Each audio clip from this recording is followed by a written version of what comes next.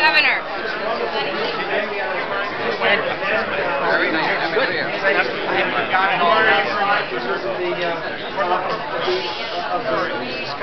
Not being able to fit everybody in. And it was actually balmy outside. It was wonderful. So I just want to thank you for the hospitality. It's great to be here, and I want to thank you for what you're doing out here, the First in the Nation primary, for stepping up and doing your work to make sure that we have an election where you speak clearly here in New Hampshire about what the nation needs.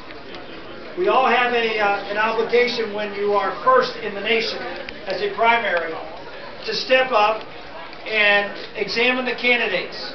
Look at who has what is necessary, has both the plan and the record to back up the plan, that you know that they'll actually do what they say they're going to do. You know, and if you're in the financial services arena, you can't say that past performance is an indication of future success. But in politics, it is the best indication of exactly what you plan on doing and whether you'll do it. And so I encourage all of you to not just look at what the candidates say, but look at what the candidates have done as a pretty good indication as to what they will do. I would make the argument that the argument was made to me, I should say, that a lot of the pundits, this was before our little adventure in New Hampshire earlier this week. A lot of folks were saying, Rick, the reason you're not going anywhere in the polls is because you spend all your time not just talking about what you're going to do, but you talk about what you've done. You spend too much time talking about your record. I said all the other candidates, they go out there and just talk about what they're going to do. And my response to that was, well, if I had their record, that's what I talk about too.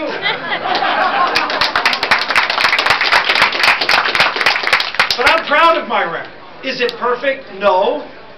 But it is a record that shows clear convictions, a clear path to get our country prosperous with limited government, with lower taxes, with strong families and communities, and with a strong presence, peace through strength. It is the Reagan model. And if we want to go back and look at what New Hampshire has done in that regard, I remind everybody that in 1980, when we had a critical election about the economic and cultural future of this country, about the national security of this country, when we had Jimmy Carter, who was driving this country into a ditch almost as bad as this president has on all three of those fronts, the people of Iowa, the conservatives, those folks who are in those caucuses who picked conservative candidates, voted for George H.W. Bush. And New Hampshire voted for Ronald Reagan. Woo! Yeah. The people in New Hampshire recognized that we needed someone at this critical juncture who had the ability and the conviction to do what America needed to have done. And even though New Hampshire, I am told repeatedly by the press, is much more moderate, much more libertarian, much more concerned about fiscal and financial issues, they chose the strong, principled conservative. They chose the the bold contrast. They chose what America needed. That's what New Hampshire is supposed to do. To look to see at this critical time in our country's history, what do we need in a leader? And then do what your duty is in First in the Nation primary. And give America what it needs. But for New Hampshire, we would not have had Ronald Reagan. You were told repeatedly in 1980, we need to win. We just need to win. Please, just vote for the winner who can get those moderate votes. And New Hampshire said, no, we need to restore America.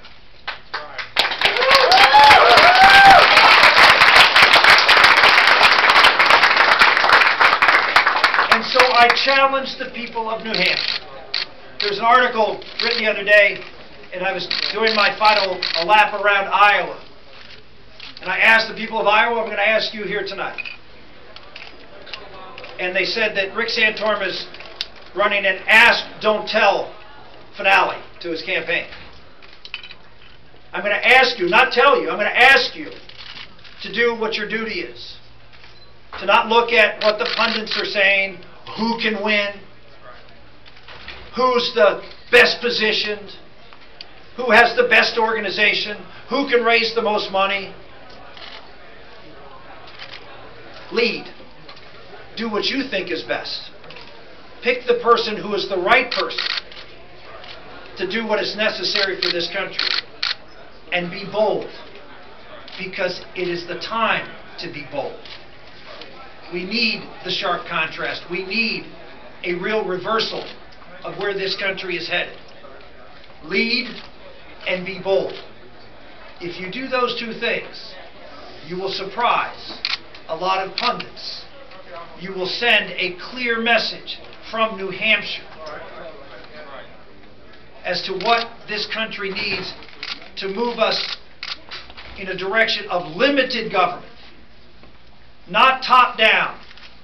No more government knows best how to provide for your health, provide for your financial security, to provide for managing the environment. No more bailouts, no more top-down medical care, no more cap and trade, no more government knows best. We have that. We need a sharp contrast. We need someone who believes in you. In 2008, the people of this country were convinced they needed someone that they could believe in. I believe Americans really want someone who believes in them.